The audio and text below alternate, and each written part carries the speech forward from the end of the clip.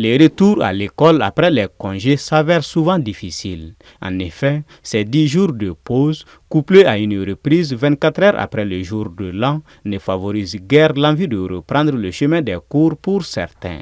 On venait tout juste de finir avec les compositions, donc ces quelques jours de repos nous ont vraiment fait du bien.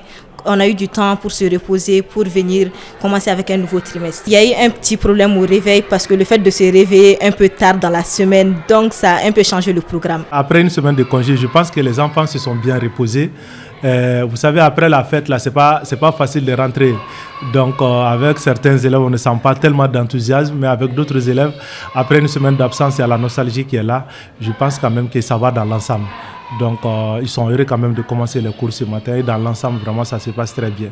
Si la plupart des élèves ont repris ces jours, certains vont tout de même accuser quelques jours de retard, dû certainement au voyage pour les fêtes de fin d'année. Ils sont tous là au grand complet, sauf que quelques-uns qui ont effectué le déplacement au village ou bien dans d'autres pays et ils ne sont pas là pour le moment, mais ils le reprennent demain, Inch'Allah.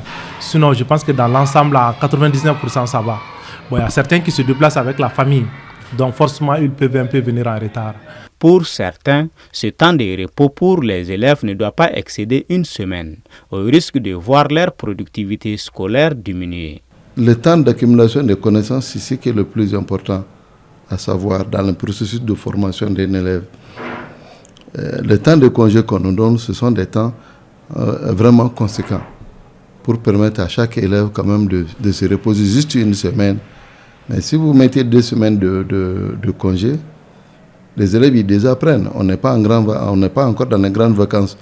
C'est juste une période pour permettre aux élèves d'acquérir, de se reposer un peu, mais de consolider les acquis qu'ils avaient eu durant le premier trimestre. Je pense qu'à ce niveau-là, la question de temps de repos n'est pas tellement conséquente.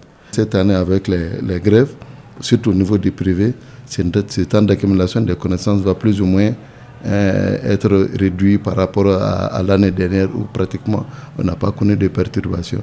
Si au niveau fondamental, les évaluations de fin du premier trimestre ont eu lieu avant les congés, au niveau secondaire, elles sont prévues à partir de la semaine prochaine, d'où une forte pression dès ces premiers jours de reprise.